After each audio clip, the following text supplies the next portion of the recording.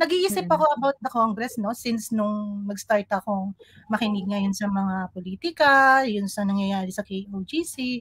So parang iniisip ko, dahil syempre, iniisip ko, ilan ba o ano ba, ilang percentage ba ang Kongreso ang natutulog at active, no? Ang nasa katotohanan at nasa kawalangyaan. So parang everyday ko yung iniisip. So parang sabi ko sa sarili ko, yung mga nakikita ko, napapanood ko every day na tinitignan ko yung yung mga live, yung mga replay. So sabi ko na ganito na ba, ano na ba yung pag-asa natin? So lagi ako nakikipag-engage sa lahat ng mga vlogger, nanonood ako ng mga parang stream media. So sabi ko, meron pa ba sa Congress, maliban kay Marcoleta, yung tatayo para sa atin? Kasi parang ubos na ubos lahat ng nakikita ko sa media, lahat ng nakikita ko sa committee, bilang sa kamay ko. Kahit sabihin ko ngayon, sila lang yung nag-iikutan, sila lang. So sabi ko, nasan yung iba? Bakit nananahimik sa dami ng mga kongresista? Napakadami nila kung ikukumpara mo sa mga sa Senado. Sabi ko, bakit ganun? Bakit parang wala man lang nakakapansin, wala ba silang nakikita o wala ba talaga silang napapansin sa nangyayari? So today, sabi ko, pagising ko, sabi ko, kailangan ko kasing makita lagi. So parang naging daily routine ko na siya na tinitignan ko yung mga news. Tapos, yun na nakita ko. Agad kong nakita yung post ng isang vlogger na about Kimbo at saka kay Herrera. Napakaganda. Doon ako parang kahit isa pala meron tayong kakampi.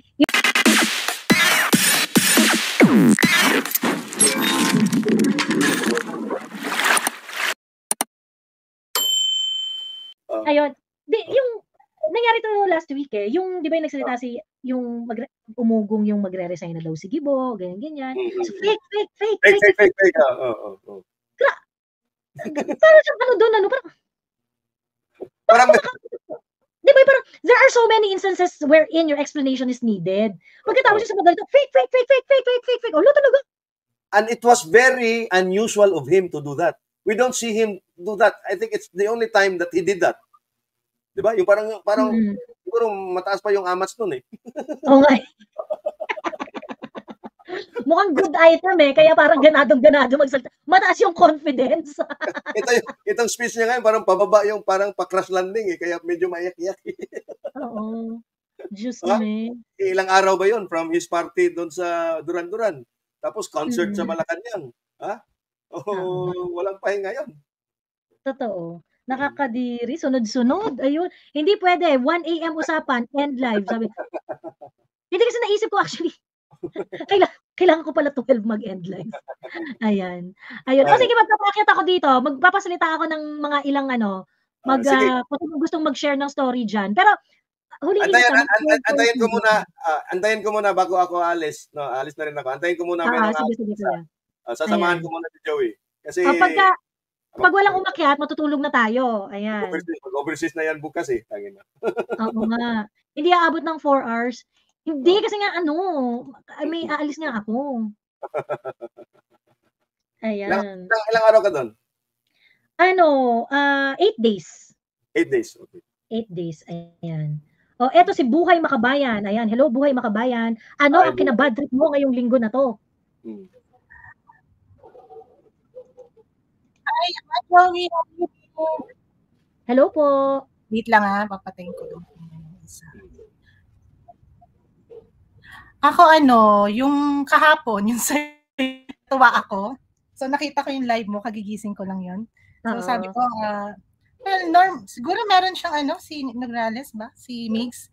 Pero mas natuwa ako dun sa ngayon, yung nasa trending ngayon about Kimbo at saka kay Herrera. Si Representative Herrera. Yes. Hindi ko pa napanood yun, no? Hindi ko pa napanood yun.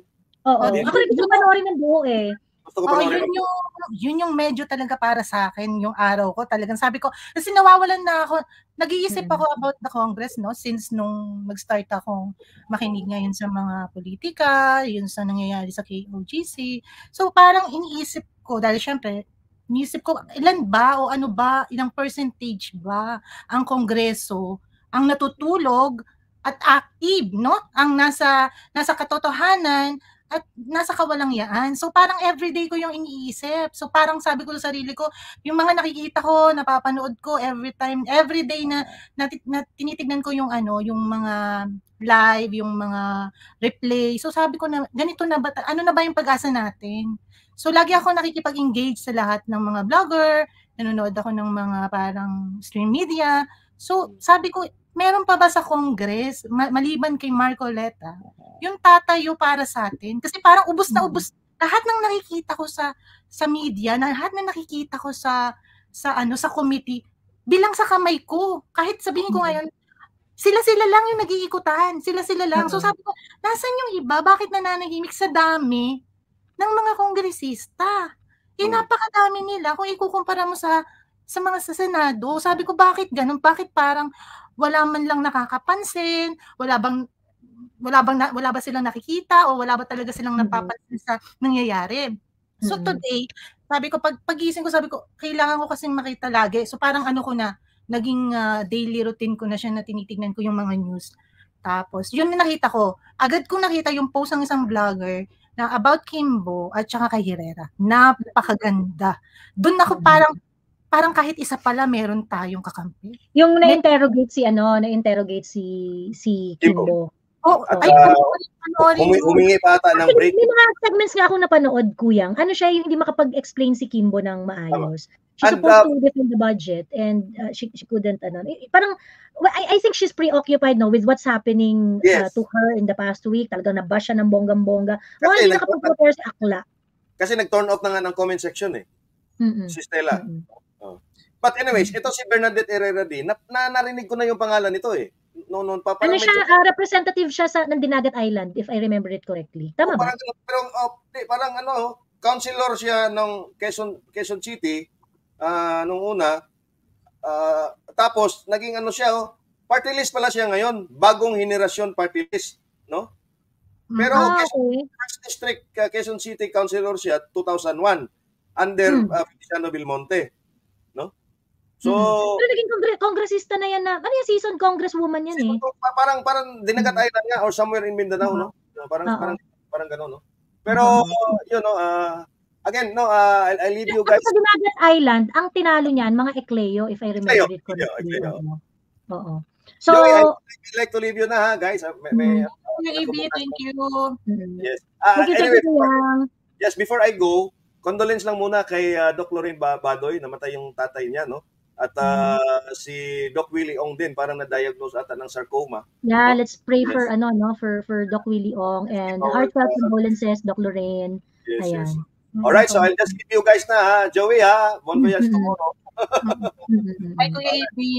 Bye, guys. Bye. Sabi ni LC Xiao, B. Herrera exposed Stella Kimbo Waya as nothing but a certified bullshitter on behalf of the thieving establishment.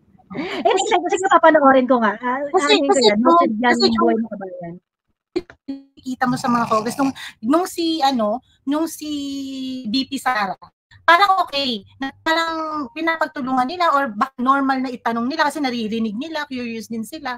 So I think yun yung mga parang meron kasing honest na gusto lang nilang malaman. So parang si BP Sara, syempre sa dami na sa bigat ba, sobrang dumami yung mga gustong magtanong, nabablock niya ng nabablock, na pagpare-pareho na yung tanong. Pero nakita ko kanina sa plenary, habang kinu-question ni Herrera si Kimbo, hindi ito talagang nakikita niya na may mali sa Congress. So parang lahat ng bato niya kay Kimbo kanina, talagang si Kimbo wala talaga siyang masagot. As in, hindi niya masagot ng tama kung ano-ano na lang pinagsasabi niya para lumusot. Ang target naman ni Herrera, hindi niya binabago. Hindi niya binabago yung target niya na parang yun yung tanong niya paulit-ulit kay Kimbo. Which is inulit niya din sa DOJ, hindi ko alam yung yung pangalan ng congressman na yon. So parang ang labas sa akin, sabi ko meron pa palang kahit papano ang nagigising. Who can really ask good questions. Yes. I think tayo sa mga ginagawa natin na nila yan, kahit nga si Mixie pumunta pa sa page mo, di ba? So parang naririnig pala rin nila. So hindi sila yung parang natutulog lahat. Maraming ngayon na alam mo, Buhay Makabayan, feeling ko when they realize that kasi nag-benefit ng bonggang-bongga si Marcoleta when he became reasonable during the OVP budget hearing. He wasn't really to defend Inday Sara or whatnot. Hindi naman siya blatant na ganun. He was just doing the right thing. Pero na-appreciate siya noong mga DDS. And yung mga tao na merong ganung klaseng policy. Kasi usually yung mga DDS naman, hindi naman porket hindi ka supportive kay Duterte, hate ka na nila eh. Yun yung difference ng ang politics kasi ng mga anti-Duterte, basta Duterte ka, galit sila sa'yo. Whether or not tama yung ginagawa ng Duterte, galit sila sa mga Duterte. But yung mga Duterte supporters, kahit galit ka sa mga Duterte, but you did the right thing, the Duterte supporters can actually support you. Specific for that action wherein you became reasonable and wherein you did something right. 'Di ba? Ganon. Now, actually magandang I haven't seen the entire video Boy Makabayan. Pero kumbaga parang yung kumbaga nagkakaroon na sila ng you are going to be rewarded sa Congress. If you are going to do the right thing, you are going to be rewarded by the people. So ang panawagan ko dyan sa Kongreso, sana po, tayuan nyo na po yung mga prinsipyo ninyo at yung mga trabaho ninyo. Tayuan nyo na po yan. Diba? At sabi ko sa inyo, magtitiwala ang mga tao sa inyo at gagalangin kayo. True. Tapos alam mo ba, para siyang hindi man niya tinumbok yung gusto niyang talagang sabihin o gusto niyang iparating kay Kimbo o doon sa mga Congress, mismo, makikita mo doon, yun na yun anomaly na nangyayari. Yun na yun. Kaya na halos na speechless. Buwang na buwang si Kimbo kanina. Pag nakita mo. Hello, Miss Buhay Makabayan. Hi, Miss Joey. Yan din po yung highlight ko kanina. Kasi, ang end ng speech ni Kimbo is, kung meron kayong gustong malaman or ireklamo, pumunta kayo sa DOJ. Which is, tinatanong lang naman ni Miss Herrera is, saang batas nakalagay yun? Yeah. Alam mo ba, Joey? Dapat alam niya. Dapat yung mga ganong questions, alam niya yun. Alam mo, Joey, ang pinamukha talaga ni Herrera dun sa video, sana mapanood mo yun. Ang pinamukha talaga ni Herrera dun sa tinatanong niya kay Kimbo is, bakit kayo kumukuha ng funds dun sa funds na parang hindi pa ginagalaw, tapos gagamitin nyo? Yung pagkasabi niya, walang ganung batas ang ginagawa nyo. So, alam ni Herrera talaga na may ganun silang ginagawa. Yung kung saan sila kumukuha, yun yung parang connected to kay Sara. Kasi yung ni-raise ni Sara ng mga issues, legit talaga yun. Yung mga insertion sa budget, bawal yun eh. So, bawal talaga. Yung sinasabi ko, yung insertion sa budget, pork yun. Kasi, nakita naman natin doon sa mga Senate hearing, ang may control nun, sila, yung Congress, kung paano gagastusin yung insertion. It wasn't prepared by the national agencies, pero nakatab doon sa budget nila. Pero, wala silang idea kung paano yun i-implement. So, ibibigay lang nila yung pera sa sa inyo ba gustong gamitin yan? O, kunwari, gusto ni Migs Nograles na gamitin yan para sa pagpapamigay ng vitamin C, di gagawin lang nila. And that's bawal. That's illegal. So, alam mo, yun yung sinampal niya kay Kimbo. Nabigyan mo ako ng isang batas ngayon na nagsasabi na pwedeng yung kuhanin ang isang budget na hindi pa nagagalaw at gamitin ng walang report. Tapos alam mo kung ano yung kagandahan sa bandang dulo. Hindi siya pumayag nang hindi nadidiscuss yan bago ng batas, mag-call for vote. Yes, ang galing talaga niya. Actually, yun yung sa akin, yung parang ilang weeks na ako mula ng KOGC ako nag-start. So, sabi ko na lang sa sarili ko, wala na talaga yung mga ginagawa natin. Maraming tao. Mayroon pa nga silang ginagamit, Joey, na parang meron silang nilalabas sa TikTok na parang mali yung resulta. Tapos pag pinindot mo yung report, alam mo mangyayari, i-repost niya sa wall mo. Automatic. Oo, ganun na yung labanan niya, no? Oo, ang galing na nila ngayon. So parang feeling ko, sabi ko sa sarili ko, ano ba naman? Paano pa? Kaya dapat, because of this, kailangan mas maging aggressive tayo in spreading the real information. Kasi they're really out there to fool everyone. And kailangan talaga ipaalam talaga sa lahat yung mga ganitong klaseng sitwasyon, yung mga it's difficult. Sometimes it will really require your patience and your time, especially when you're talking to your friends and families. Dapat patient talaga kayo dahil we are going to be overwhelmed by massive propaganda. So brace yourselves. Ayan. Sa akin yun lang, yun yung ko sa araw na to. So I think Joey, sige. Wait lang guys. Okay, sige. Buhay, ano na tayo ha? Magpapasid na tayo para makapagsalita sila. I'm going to For end sure. para makarami tayo. Ayan. Okay. Okay, thank you, Buhay. JL, go. Hi, Miss Joey. Ayan. Go, anong gusto mong i-share? Ayan, gusto ko lang i-share yung admiration ko sa president natin, lalo na kanina doon sa speech niya. Masyado talaga akong napabilib. Supportado ko siya doon sa speech niya na mga siya. Tapos, may shed a tear. Talagang nakakadala. Ituloy niya lang yun. Supportado ko yun. Kasi he's digging his own political grave. So, parang siyang si Mar Rojas na may... Meron siyang yung dilawan moves. Nakita ko na yan eh. Yung paiyak-iyak ni Mar Rojas na sana all. Yun. Ako, we don't have to do anything. This government is doing everything na para sa, kumbaga, same thing all over again. Kung ano yung nakita natin, kung bakit natin niluklok si President Duterte. Yun ulit yung nangyayari niya. So, same thing will happen. Nabudol lang tayo. We just have to accept that. And be united next election. Hopefully, magiging matalino tayo sa susunod. And then sa 2028. Well, actually, sa akin, personally, talagang kailangan nating palitan yung system of government. Kasi yung system of government natin, napaka-powerful talaga. Kasi Congress relies on the President relies on Congress. Kung ano ang gusto ng President, masusunod dahil sa Congress. Kung ano ang gusto ng Congress, kumbaga mutual sila eh. So, beneficial siya kung ang Presidenteng maluluklok, kagaya ni Duterte, na may political will. Pero kung ang maluluklok is elitista, pro-oligarchs, patay tayo dyan. Ganyan ang nangyayari sa atin. So, unfortunately, it's not gonna be easy na palitan yung system of government natin. Kasi talagang bulok, pangit. Nasa kanila yung power. So, kumbaga, depende na lang. Swerte na natin. Nung nakaraan, nagkaroon tayo ng presidente na nag-care. Pero ngayon, yan ang nangyayari. Same as before. Kung ano yung will ng nakaupo, yun ang mangyayari. So, anyway, yun lang. Sana next election na lang, galingan pa natin. Thank you. Ayan. Thank you, JL. Ayan, me ouch. Hello. Yes, malinaw ba? Ayan, naririnig po.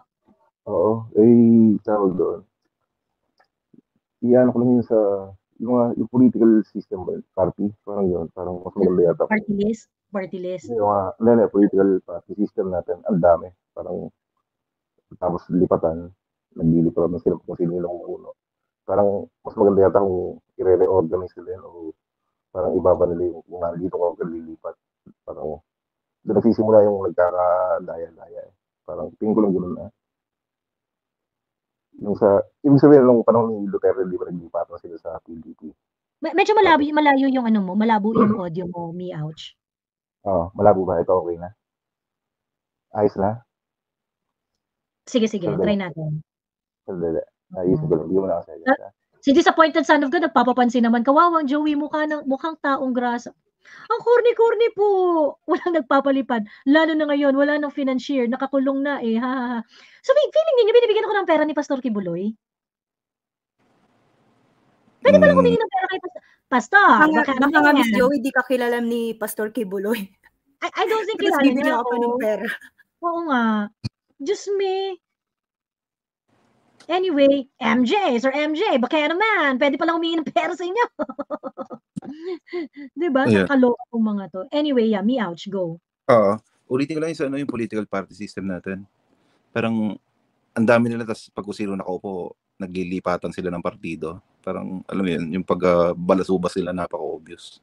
Parang, nag-gang up sila. Katulad yan, ang dami nilang pinapalabas na kung anong kakaso sa Duterte. Parang hindi, parang nawawala na ng hiya yung mga tao. Dapat magkaroon sila ng sistema maganda dyan, dapat mapalitan nila talaga yan. Hindi maganda, Well, hindi kung maganda sa yung parang presidential, sa uri ng sistema meron tayo ngayon, magstay ang lang daming yan na ganyan. partido. Mahirap Ang daming yan, mahirap. partido. Dapat sana mangyari, pag aalis ka dyan, hindi ka pwede lumipat hanggang 2 eleksyon siguro para mas maganda. Kasi kasama mo ngayon, iiwanan mo. Alam naman natin yung hakaran mo ngayon, kaya lumipat, pondo. Kadiri yung ouch, kadiri yung mga, kagaya ng Migs Nograles, yung, wow, sobrang mong gamitin yung mga Duterte at saka yung mga nung nagsisik ka ng public office, pagkatapos nung nakuha mo na, biglang todo pambuburaot ka sa mga Duterte, todo pambuburaot ka kila Inday, di ba? Nung panahon ng Duterte, parang makikita mo, parang ang ganda-ganda na. Tapos ang dami nilang pinapalabas na puro talaga makikita mo naman talagang power lang talaga tsaka pera yung pinag-uusapan. Tapos yung mga binoboto sana natin, hindi na pwedeng ikatwiran yung na din ko minsan parang karapatan ng tao na humabol na basta makahabol ka, nakakabasa, nakakasulat Dapat tanggalin na yun kasi libre na yung tuition fee yata ng mga university ngayon sa public. Hindi ka na pwede magsabi na wala kang pampaaral. Parang, di ba? Dapat naman ilalagay mo sa national may aral. Parang, kasi hindi mo na pwede i-dahilan yun libre na tuition fee yata, di ba? Oo. Sa national. Pero kung sa local naman, syempre, ibang usapan na yun. Kung pang-konsel, mayor. Pero pag sa mga chief executive kasi dapat naman talaga parang hindi ka napaglalaruan. Tsaka dapat tanggalin nila yung napakabalasubas. Isang buong pamilya nasa gobyerno talaga. Sila na lang. Hindi mo naman madidis kung sasabihin nila iboboto. Hindi naman tayo pwedeng magloko na nagkakabilihan naman talaga ng boto. Totoo yun. Hindi naman simple magtuturo dyan, di sila manghuli. Pwede mo magpakulong. Tapos yun ang nangyayari sa Congress ngayon, sa budget. Ito yung nakakabuwisi talaga na matagal na panahon ko nang napapansin yung insertion na yan. Ang budget hearing, parang halos 1 taon nilang pinag-aaralan yan. May mga alaskahan pa, may barahan. Pag natapos ang budget, pipirmahan, makikita may insertion, nakakalusot. Parang nagsayang laki ng pagod, parang may pera na pala talaga kung gustong ilagay dyan. Bakit hindi mo na mag-hearing ka pa? Di ba? Magsisingit lang rin ang magsisingit dyan, di ba? Oo. Kaya rin sila masusunod at the end of the day. Sinabi ni Bibi Sara sa interview sa SMNI, parang tingnan ko ilang bilyon yung inilagay doon. 5 bilyon o? 5 bilyon nung 2023. Sorry. 10 billion nung 2023. Noong 2024, 5 billion. So total 15 billion yung insertion nila sa DepEd. Atakihin ka sa puso. Laking pera sa mo, dadalhin niya kundi tapos ipapamigay lang sa tao. Bakit hindi nila gawin conscript nila lahat ng tambay sa Pilipinas para hindi sila bibigyan ng pera? Kaysa yung ROTC na baka mabawasan pa yung rebelde tsaka mabawasan yung bayad sa kuryente. Pero, ang dami. Puro gastos. Ewan ko saan pupulutin yung presidente nito kung makakatapos man. Hindi, talagang alam nila. Hindi siya makatapos. Pero, the odds is in their favor actually. So, kaya nga, kaya nga, gawin natin lahat ng pwede nating magawa in order to push back.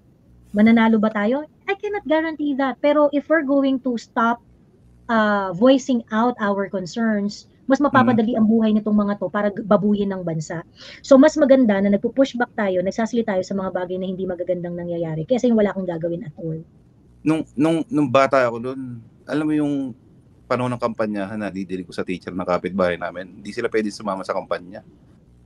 Ngayon, parang wala na, nalilimutan na nila yan Wala na din kadesa kasi ngayon Kasama na yung ala na talagang hindi nila na pinapansin dahil nakagawian na. Parang natanggal na talaga yun. Kung tutusin, pwede sila disqualified right away pag gano'n ang ginagawa. Tapos yun lang, yung huling point ko na lang yung sa insertion, medyo talagang nakakagigil yan. Di ba sana kung dahil lang, sus Mario Josephin. Pag-uusapan nyo ng 1 buong taon, pag pinirmahan, may isisingit pa na parang mga bingi. Parang ewan kung ano mangyayari sa atin sa Pilipinas kung aabot pa ng 6 na taon yung presidente. Malulubog tayo sa utang sigurado. True. Kumunoy. Tsaka ano ba yung pakialam nila sa China? Kung hindi nila kayang kuhanin talaga naman yan. Ba't ba hihingi pa na? Nakatakas na tayo sa Amerika Ba't bumalik ulit? Kasi nandumating si Duterte. Kay Bongbong Marcos, kaya ganun. Oo. Nagsimula yan yung nagkalimbang ng kampana yan sa New York. Doon na nagsimula lahat ng kahayupan ng mga yan. Ayun. Ewan ko, meron mo ngayon. Oo. Salamat. Magandang gabi sa inyo dyan. Thank you, Miouch. Support lang. Basta lagi mo magsusupport, panonood mo. Ingat kayo dyan. Lalo ka na may bago kaya tang issue kay Nograles. Oo, inaaway ako ni Migs eh. Parang, sige, okay lang. Masyadong high blood. Hanggang magalala, hindi naman ako high blood. Ayun. Kaya mo siya. Thank you, Miouch. Kaya mo siya manigas sa, kaya mo silang manigas sa iyo. True. Ayun. Sige, salamat. Lipat na tayo kay George Lu, ha? Ayan. Hi, George Lu. Ayan, saktong-sakto. Hindi na ako magpapaakyat ng bago. Tatapusin na lang natin hanggang kay CY. Ayan. Hello, George Lu. Ayan, ma'am. Good evening po. Okay po ba yung audio ko? Okay na okay. Klaro. Okay, so una ma'am yung opening topic si Migs Nograles. So ako ngayon, I'm from Bukidnon, pero dati laking Davao po ako. Yung alitan talaga ng mga Nograles, matagal na po yan. Meron pa yung mga slogan na Nograles na change, we need, change, we must. Tapos yung respect ng mga Duterte, change what for, we have the best, parang gano'n. So, yung matagal na talaga yan. Pero nung naging presidente po si Digong, doon po parang nawala yung yung alitan nila kasi suportado po ng tatay nila, si Boy Nograles, na ito pa talaga yung pinaka-first na tatakbong president from Davao. Si Digong, yun, sinuportahan nila. Tapos yung sa Nograles, ma'am, yung pinakamabango talaga na dyan, yung kapatid niya. Taga Davao ka, George Lu? Dati, ma'am, ngayon nasa Bukidnon. Taga Bukidnon nga pala, oo. Bukidnon, taga Davao, lumipat ng Bukidnon. Yes po. Tapos, yung kapatid niya, yung isa, yung aside kay Coco. Carlo Nograles. Si Carlo, yun yung pinakamabango kasi noon sa barangay na tinitirhan ko, lagi po siya doon sa Obrero. Lagi po siya doon na nagpapakain, tapos tumatambay minsan. Tapos malapit talaga siya sa mga kapitan talaga. So, ewan ko, si Mix, saan galing to? Saan galing planeta? Tapos biglang Tapos yung lang, nakakairita lang kay Mix is, parang mataas na yung tingin niya sa kanyang sarili. Huwag sana, mabuti sana. Katulad siya ni Carlo na, yung kamay sa taas, yung paa sa lupa, yung parang humble talaga ba? Oo. Kasi Carlo pa siya na-appoint pa siya ni PRRD secretary level di ba? Oo. Ayun, nasa siya. Yung disappointment ko kay Carlo ngayon, dapat nung pumunta sila Martin sa Davao, dapat hindi na lang sana siya nagpakita doon, pero siguro I think pampa-welcome na lang din, pero kasi siya parang commissioner sa service, anong tawag niya? Commission, Civil Service Commission. Oo. Siya yung secretary doon Tapos, another topic po na nakita ko today, medyo nasaktan po talaga ako is yung pag-atras ng mga sundalo natin sa Escoda Shoal.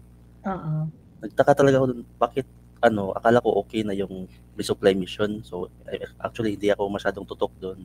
Nalaman ko lang kanina na isang helicopter lang pala yung Tapos, nawala pala talaga yung yung converter nila, nasira yung converter nila na nagbibigay sa kanila ng fresh water. So wala talaga silang, kung gusto nilang mabuhay, uwi na lang talaga. Bahala na. Hindi na nila maiisip yung island, iniisip na nila makauwi sa sobrang awa talaga ako doon. Sa panahon siguro ni PRRD, hindi yan mangyayari, or kahit sabihin kahit manatili yung mga sundalo noon, mas gusto ni PRRD na umuwi na lang sila na buhay. Kaysa magtiis la doon na naawa talaga ako, actually, parang napaiyak talaga ako kanina. So another sinusubo sila sa sitwasyon na yun pagkatapos hindi naman buo ang suporta ng bansa. And they're doing it for their own, to forward their own selfish interest. Yun yung pinaka nakakasuka doon. Kasi pwede naman tayong hindi humantong sa ganyan 'di ba? Tapos 3 party sa isang linggo, my God. Tapos yung mga sundalo mo nagtitiis, my God. Sakit. True. Ayan. George Lu, thank you very much ha. Lilipat na tayo kay Cheryl Remetilia. Hello, Ma'am Cheryl. Thank you, George Lu. Hello, Ma'am Cheryl. Ayan. Hello. Narinig mo ko, Ma'am Joey? Yes okay po ba? Okay, Good morning pala, Miss Joey. Sikat ka na kasi pinatulan ka niyan. Sikat ka na, Ma'am, talaga.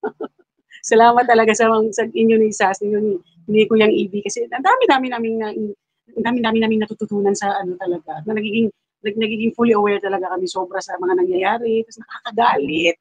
BBM, Naku, talaga nakakagalit yung mga concert ng ganun. Samantalang ang taong bayan, kawawa talaga. Tapos kahapon nga, nung bumaha, sabi ko, Diyos ko, ayan na naman, nakakatakot. Yung anak ko, nagpa-rescue na lang doon. Dito lang kami sa Mandaluyong, ha? Nagpa-rescue yung anak ko. Grabe ulan kahapon, ano? Oo, ma'am. Natatakot ako para sa anak ko kasi kahit nandito lang siya sa malapit. Kasi nga yung lugar na yun na pinuntahan niya, mabaha. Ay, as in talaga, tama talaga yung intuition ng nanay. Kasi pag ano ko, umuwi yung anak ko, sabi ng anak ko, ma, nagpa-rescue na lang kami. Ha? So, nagpa-rescue na lang sila. Ibig sabihin, hindi na sila makauwi kasi nga, sobrang baha doon sa lugar na yun. Kailangan pala sumakay ng yung mga rubber boat ni Nina Avalos. Nandito kasi ako sa lugar nila Avalos. Sa kanila. Yes, ganun. Kaya parang nakakagalit talaga. Bakit kailangan talaga ng people power si BBM para kung animal na to. Kasi I mean, diyan kayo sa 21. Oh, yes. Sa ambay ako ako, Diyos. Nangigigil lang talaga. Diba? Yung parang sobrang bubuduling ka na libre ng mga kaibigan. Tapos lumalabas yung mga, ang galing ni Misas na nilalabas niya yung mga invitation na hindi naman surprise yun. Diba? Grabe. Ako member pa naman ako ng simbahan nila, Senator Joel. Yung gano'n. Gusto siyang email, ma'am. Gusto pa ng email ng mga... Hindi naman kasi pwedeng maging surprise dito siya yung duran-duran. Kasi paglapag nun sa eroplano, kailangan mo ng security doon, kailangan mo ng ano. Ang dami mong kailangan i-coordinate para papuntahin yung duran-duran dito. How can that be a surprise? Diba? Kaya nga. Ang sabihin pa, ang magbabayad yung mga friendship, imposible yun eh. Diba? Ay, ako hindi mo ako I don't buy bullshit. Hindi ko, magbabayad sila? Hindi totoo yun. Kung magbabayad man yun, balik agad yun, di ba? Kasi ang mga milyonaryo, hindi naman yung maglalabas agad-agad ng pera eh. Diyos ko, wag nga. Sa BBM talaga, bangag, as in binabangag niya talaga tayo. And then si Inday Sara, di ba? Si Inday Sara, grabe yung mainstream media talagang tahimik lang sila, di ba? Parang kinukuha lang nila yung ang paliwanag ni BBM na sa mga kaibigan naman pala, libre naman pala, yung ganun, di ba? Ano to? Tinatanggap nyo lang yung mainstream media. Pero yung kay Inday Sara, yung pasabog ni Inday Sara, ayaw nilang pasabogin ng todo-todo, yung insertion na bilyon ang perang yun, sus, Ginoo. Sabi ko, ano na bang nangyayari? Uy, sa Pilipinas, na talaga, hindi na talaga pwede yung mga ganun. And then, ayun na nga, yung Skoda Shoal, Diyos ko, wala na, para bang, meron pa bang magandang mangyayari? Ganun, di ba? Wala na talaga sa adik na presidente, hindi na talaga pwede. Hindi tayo pwedeng mabuhay sa ganito. Totoo. Kaya nga po simulan natin sa 2021, sa September 21 I mean. Sa September 21, ako po yung mga ganitong sa akin lahat ng mass movement that are voicing out their disgust to this government, okay yan lahat. So if you have time to join those kind of activities, mag-join po kayo at iparamdam natin na disgusted na tayo dito sa gobyerno to. Kaya nga hindi na talaga pwede. Oo, ma'am. Tapos meron pa akong nagpunta ako sa page ng GMA, no? Na ano ko yung si Tambaluslos nagsasalita pa na parang nagpaparinig na yung pera ng taong bayan, yung bawat sentimo, ganun, hindi pwedeng kung saan nilulusta yung, Hindi ko lang. Suntukin ng mukha na parang nagpaparinig siya kay Inday Sara na nananakot, yung gano'n, na talagang all out talaga sila sa pagdemoli sa mga Duterte. So, hindi talaga pwede ito, di ba? Papayag ba tayo? Hindi tayo papayag. Kaya sabi ko, Lord, wag naman ganun. Kaya nga, ako pumunta na ako, mag-i-email ako kay Senator Joel talaga, ipapadala ko lahat yun. Kasi siguro parang natutulog din, hindi ko maintindihan, di ba? Parang, okay lang yun. Bilyon, di ba? Oo, kasi ma-member ako ng church nila, nakikinig nga, di ba nga, yung sila Senator Amy, pumunta doon sa church. Nandun ako noon nung time na yun. Nandun ako mismo doon sa camp na yun. So, kailangan makinig siya. Kami na yung mga member ang magsasabi sa kanya na. Si Senator Joel, Tita Cheryl, nagsasalita na siya very critical na rin siya sa administration. So, sana magtuloy-tuloy? Ayun na nga, bibigyan ko siya ng mga ma'am. Hindi na pa pwede, di ba? Salamat talaga, ma'am. Sa inyo ni Misas, ni Kuyang Ibi. Ganun, ma'am. Salamat talaga. Ayan. Okay. Apo, Tita Cheryl, move na tayo kay Sai kay CY. Yes po. Ayan. Thank you, Tita Cheryl. Ingat kayo dyan sa Manda. Ayan. Nakatira ako dati sa California Garden Square. Manda Bells ako. Manda Bells. Ayan. Mandadals ako ng for a very long time. Ayan.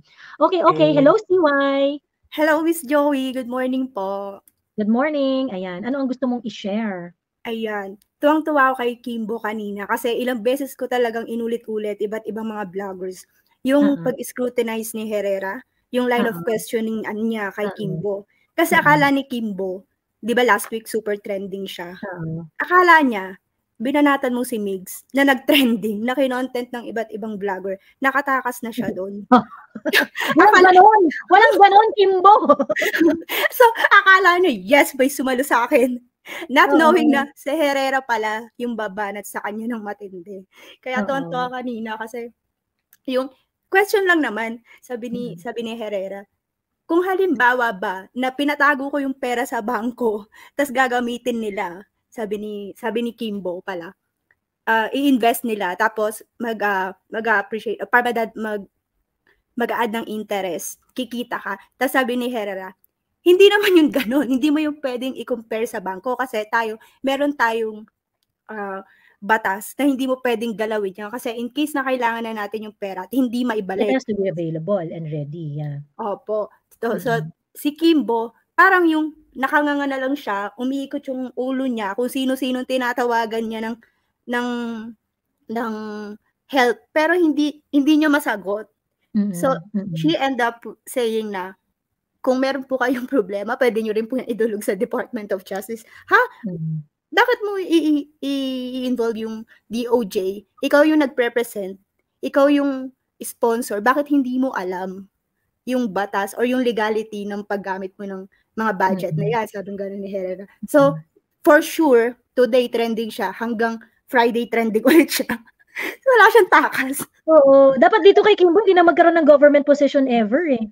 Sa totoo lang. Oo, kasi grabe naman talaga yung angat ng antas ng buhay niya from tricycle to ikaw kung ako taga Marikina. To be fair, si Kimbo, fashionista talaga yan. Na-meet ko yan si Stella Kimbo, PCC PCC commissioner siya. Na-meet ko siya, PCC commissioner na siya. At that time, ano na talaga siya? Shala-shala na talaga siya. Yung shala-shala pero hindi grandiosa yung hindi ganun kakamahal. Oo. Hindi. Kasi, whether or not you can afford those kind of luxury brands, I am not sure. I don't think afford niya yung mga ganun at that time. But, ano talaga siya, she likes fashion. Ngayon nga lang, ang mga trip niyang fashion, yung mga sobrang mahal. High-end. Anong ginamit mong pambili niyan? Hindi lang kasi, like for example, Sara, si Vice President Sara, pupunta siya mag-office siya, naka-uniform, naka-white polo shirt lang. Pero, she looks so decent. She looks so, like, hindi nga, yung mga house clothes, yung mga street clothes niya, H&M lang eh. Diba? Pero, nadadala niya, bagay sa kanya, ang ganda-ganda niya. Kahit ukay yung damit mo, kahit binigay lang yan ng kapitbahay mo, kung marunong ka magdala, hindi mo kailangan ng ganun kamahal na, tapos, yung mga nasasakupan mo, binaha, tapos, yung pamimigay mo, lugaw? Lenny ka? Pero sobrang detached no? Sobrang detached.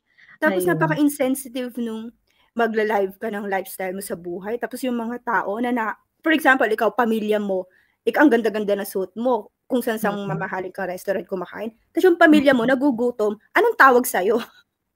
Social climber. Ano pa ba? Ano pang term doon, Miss Joey? So sana, since nasa government siya, parang sila BBM, party to the max. Kung kaya palang mag-donate or magpa-party ng mga friends niya, na libre ng duran-duran, bakit hindi niya yun ilaan sa mga kababayan niya na nagugutom? Diba? Ilaan niya na lang sana doon sa pinag-iiyak niyang online sexual exploitation. Diba? Mag-grab ng concert tayo, pwede bang gamitin na lang natin to in order to help the victim of online sexual exploitation? Diba? Pwede siya naiyak. Ang mahirap kasi, Miss Jo, di naman niya yun may isip. Yun ang mahirap. Baka kabababa lang nung tama niya, kaya siya umiyak. Baka naiyak siya kasi, di pa ako pwede gumamit ngayon. Bukas na lang. Bukas Kaya pa. siya naiiyak. Kaya yung emotion down na down. Down na down. Kasi may limit eh. Today hindi muna, bukas na lang kasi kailangan kong maging sober tonight. Meron akong ganap na hindi ako pwedeng ma-trigger na high ako, ganon. Ay, actually, ako doon kay Sir kanina na before si Madam, doon sa political dynasty. Okay lang na may political dynasty kung katulad ng Duterte. Yung mga tatay mo, anak mo, kapatid mo, official ng gobyerno.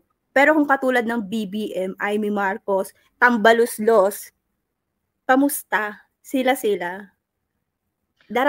Yung sa bagay si Martin, sino ba ang mag-aano sa kanya? Sino magsasucceed kay Martin? Yung anak ba niya politician? Hindi pa yata no? Hindi po ako sure. Pero yun ang nakakadiri. Pagka dumami yung mga enembular ni Martin. Ang tigas ng mukha ni ang tigas ng mukha ni Kona, Saldi ko na korap daw si Sara. Tapos high na parang yung pinaglalabanan yung confidential fund na ginamit ng 10 days, which is nasa batas, di ba po, Miss Joey? Na kailangan mong ubusin yung bago matapos yung taon, na pinalabas pa ni Makabayan, yung babae, pangalan niya, si convicted. Sabi niya, kaya niya yun inubos within 10 days para makahingi ulit siya. Meron daw kamag-anak si Martin Romualdez sa Leyte. 2 pamangkin niya, Jude and isa pa Romualdez. Okay, so may empire din. Kasi rin yung mga kamag-anak ni Yeda, tinutulungan din nilang makapwesto eh. Kailan to ni Kuyang Ibi yung apparently, yung mayor ng Mandaue, Mayor Jonas, na-suspend yun. Pagkatapos, ang gusto pala nilang ilagay doon, ang gusto daw ni Martin, ang mailagay doon ay Uwano. Yung Uwano na yon kapatid ni Yeda. So, kumbaga itong si Martin Romualdez, nagbi-build rin siya ng empire. Pinipave niya nila yung way nila. Pinipave niya na yung way. Para pagdating ng panahon, settled na, okay, lulukot na lang sila. Oo. Ayun, ang tawag dito, yun ang mas nakakatakot na linya ng yung Marcos dynasty, ito sa Romualdez na side, yun ang nakakatakot. Mas nakakatakot kasi sabi nga 'di ba si Romualdez na yung nagpapatakbo, hindi na si president. So kung sila na ganyan pa lang yung posisyon, what more? Kung mas mataas. Naman si Ira Redel, 11 days boba at wala sa batas notice of disallowance. Anong wala sa batas ng notice? Anong nakalagay sa batas tungkol sa notice of disallowance? Hindi po namin pinag-uusapan yung notice of disallowance.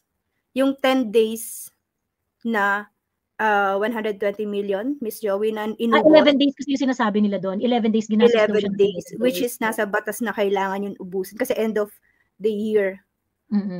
Diba? So, kailangan mo siyang gastusin within the fiscal year. Yes. Ganon. Si Miss Pagkatapos, ano tong notice of disallowance na Ere Rodel?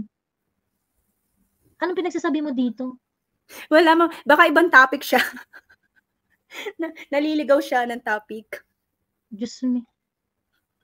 Ayun. Anyway, ayan. O sige, i-wrap up mo na yung mo at mapag-last point na natin si JL. Ayan, sige. Yun lang naman. Natutuwa lang ako sa mga kongresista natin, mga senador, na halos mga abogado, pero nababaloktot nila yung mga batas na gagawa nila ng loophole para lang kampihan si Romualdez tapos kinakawawa si Sara Duterte. Yun lang naman po, Miss Joey. Thank you. Thank you, CY. Thank you very much. Ayan, JL, ayan na yung last point mo. Bumalik pa talaga siya. Dahil may nakalimutan daw siyang sabihin. Yeah, thank you, Miss Joey, for accommodating. Ayun lang, actually, isang mabilis lang. Yung about you and Congressman Migs, don't worry too much about Congressman Migs. Just like makapili na leech sucking on the blood of the money of the people through the Draculas of Congress, pitted against the Melchor Aquino of the Filipinos, which is you. Anyway, so yon. Yung second and last point ko is, tanong ko lang, Ms. Joey, are you in favor ba na palitan ng system of government natin like federal for Yeah. I I think it's about time. Yun nga no sa akin, whenever we talk about constitutional amendments, I think the conversation whether or not our current system is working should be part of the conversation. So, ang problem kasi, yung ngayon diba yung PIPI gusto nila magkaroon ng constitutional amendments, ganyan-ganyan. They are not really talking about why we need to do constitutional change. Had the current set of our legislators are doing a real deal conversation, real deal discussion on changing the system of government, I may have agreed dun sa move nila ngayon. Kasi hindi kasi ganun yung ginagawa. Unang-una, they want to change the constitution in order to benefit themselves. Hindi naman nila hindi naman nila gustong baguhin yung sistema para para mapaayos ang Pilipinas. Gusto lang baguhin ang sistema at ang nakakatakot kasi kung pamumunuan niya ni Tamba, baka gumawa lang siya ng sistema na kung saan mapaperpetuate yung mga taong katulad ni Tamba na humawak ng pwesto. Diba? But yes, I think there should be a conversation about system change and I think it should be led by a real nationalist. Yung totoong makabayan dapat ang mangunguna dyan sa conversation na yan. Kaya ako, ngayon kasi si Inday hindi part ng politics ni Inday yung pagbabago ng sistema ng bansa. It's not part of her politics. But I am hoping against hope that maybe in the future, this is going to be Inday's one of her battle cry. If the time is right, if the people are also ready to talk about it, I think sa ngayon, kaya nga ako nagtatampo ko nabubwisit ako kay Robin Padilla. Kasi sana si Robin Padilla, alam naman niyang talo siya sa Senate pagdating dun sa pag-change ng system into parliamentary. Alam naman nating talo siya dun at talaga namang di na rin siya halos nire-respeto ng ibang mga kasama niyang senador dun Sana gawin na lang ni Senator Robin Padilla kasi he's very knowledgeable about the presidential system and its sins dito sa bansa natin at kung bakit mas angkop sa atin ang federal parliamentary, ganyan. Sana gawin na lang ni Robin Padilla, mag-university tour siya. I-discuss niya yung konsepto ng pagbabago ng sistema sa mga kabataan para maintindihan nila in the future. Pag bumoto na itong mga to, maintindihan nila, ay kaya pala nagiging sobrang fuck up ng sistema natin kasi napag-usapan namin to, diniscuss to ni Senator Robin Padilla. Sana ganun na lang yung gawin niya. Actually, diba? Pagkatapos naman talaga focus na. I agree, Ms. Joey. Actually, yun nga yung last point ko na sinabi ko na nakalimutan ko, which is actually the most important. Yun nga, sanang hilingin ko sa inyo na sinusuportahan ko ng mga vloggers and sana all the rest na at least mapalaganap natin yung system, ma-educate. Kasi ngayon ko lang din, nung namulat ako sa politics, doon ko lang din nakita talaga na nasa sistema ang problema. So we need to change it. Tapos kung titingnan natin yung mga mayayamang bansa, magagandang bansa, most of them are nasa federal parliamentary system. Tapos yung mga naghihirap at gusto ng mga nasa power na manatiling mahirap yung mga constituents nila ay nasa unitary presidential system. So yun nga, sana as influencers, sana mapakalat nyo maging that's part of my discussion ever since JL. Ever since na nagpo-content, part talaga ng discussion. But however, I am also a realist. Ang sa akin, hindi ako agree doon sa ibang mga nagsasabi kasi na parang, kasi merong mga ganun yung mga reformists na agree sila kahit sinong manguna sa constitutional change, okay lang sa kanila. I think that's dangerous. If we're going to change the system, it has to be led by someone who is a real nationalist. Hindi po pwede sa Congress. Hindi siya I agree. Kaya nga dapat pag i-enact nila yon or babaguhin na nila totally, dapat magkakaroon ng total election, hindi sila magbe-benefit. Which is, siyempre talagang medyo madugo-dugong proseso. Pero kasi it all starts naman sa information dissemination. Kasi hanggat hindi nakikita ng mga kababayan natin na ang nagpapahirap kasi sa atin talaga is yung current system na kung sino yung mababa, dapat mababa lang. Tapos bigyan ka lang ng ayuda, okay ka na. Iboto mo na sila. So, yun kasi nangyayari ngayon. So, ayun lang, sana pag-focusan din nga, yun, sabi mo nga ni Senator Robin, sana nga, doon na lang, kasi as in talagang...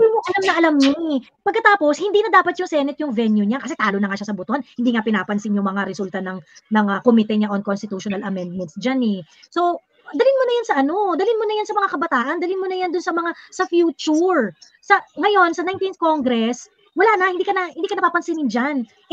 Sabi ni Dexter Relevo, unfortunately, Padilla is bobo, kaya no to Padilla talaga, walang kwenta. Ang problema kasi, meron pang 3 years meron pang, mahaba pa yung term ni Robin. Yun yung problem. So ngayon, kung gusto ni Robin na mas maging kapakipakinabang yung opisina niya, yun yung ipakalat niya, mag-university tour ka, Senator Robin. Tapos ipakalat mo yung na yan. Ganon. Ngayon, hindi ka naman nanalo dyan sa 19th Congress, hindi ka naman nila kaalyado hindi ka naman ayaw naman nila sa mga DDS na senators and Ngayon, ayaw mo rin naman na maging aggressive, di ba? Ayaw mo rin naman mga gat dyan. Then do something that you are really good at, which is explaining the concept of federal parliamentary, why presidential system sucks, yung mga ganun. And I think yung mga ganung bagay, maaari mong i-discuss dun sa mga university students so that they can understand. Hindi ako naniniwala na yung sasabi kasi nila bobo si Robin. Hindi naman bobo si Robin, meron siyang alam. At yung bagay na alam niya is yung area na yan. Ngayon, yung area na yan, wala na siyang space dyan sa Senado, unfortunately. So ngayon, pag nakikisawsaw si Robin sa ibang topic na hindi naman niya alam, mas nagmumukha siyang bobo. Pero meron siyang galing at yung galing niya ay nandun sa area na yun. Then, mag-focus siya doon. Gamitin niya, mag-university tour siya, maggawa siya ng mga symposium, mag-invite siya ng mga kabataan organization, mga youth organization, then talk about it, di ba? It may not happen within the next within the next two election cycle, but if you're going to have a population, if you're going to have youth na aware sa problem natin, pagdating ng panahon na sila na yung kailangang magdesisyon para sa bayan natin, that is going to be part of their thought processes. Naipunla mo na yung buo. Diba? Yeah, kabataan mismo. Sila mismo ang maghahanap ng mga leader na open-minded pagdating sa reforma. Yeah, he can make use of the strength that he has and amplify it. So, kung yun yung alam niyang magaling siya, the information dissemination, education, actually, yun din kasi yung last point ko nga sana sa mga vloggers natin na may influensya, kumbaga, i-stress out, kumbaga simple clips lang na ito ang nangyari. Ang Congress hindi in-approve to, inabuso yung ganito, pero hindi siya ito mangyayari kung meron tayong ganitong sistema ng gobyerno. Kumbaga, simple clips lang na minsan i-play natin, same sa mga tawag dito, sa mga vlogs natin. Kasi malawak ang reach nyo. Kasi aminin natin, marami sa mga kababayan natin ang talagang mahirap ma-educate in terms sa kamulatan sa mga nangyayari. So, ayun, yun lang ang gusto ko sanang mapakinggan ng mga kapwa vloggers natin. Emphasize na, halimbawa, pag may nakita tayong yung mga pagkakamali na ginagasta yung pera natin sa eto, pag sa parliamentary na vote of no confidence to, tanggal to, palit to, tayong masusunod, taong bayan. Ayun, i-emphasize lang natin yung kagandahan ng parliamentary as opposed to yung unitary presidential na lahat ng kapangyarihan ay nasa iisang kaya pag elitista sila na lahat. Ako pro-reform ako. But I am very open in discussing ano yung klaseng mga reforms na dapat natin gawin. Let's say if we're going to do federal parliamentary, it has to be thoroughly discussed na paano ito mag-fit doon sa pangangailangan ng bansa. The conversation should go along that line. Ganon. And if there are other things that are challenging the reform, paano mo itatranslate yung mga changes into yung pinaka-less ba yung kasi syempre that's going to be a change, a huge change, Ngayon, kapag merong mga huge change, kailangan minamanage mo yung impact niyan Dapat yung conversation, nakatutok din dun sa ganun. And we really have to be patient in talking about it. Yeah, I agree. Actually, total overhaul talaga siya from the system what we have. Pero kasi hindi yan magkakaroon ng traction kung hindi natin na-educate lahat na yung system that we have right now will just lead to same thing all over again.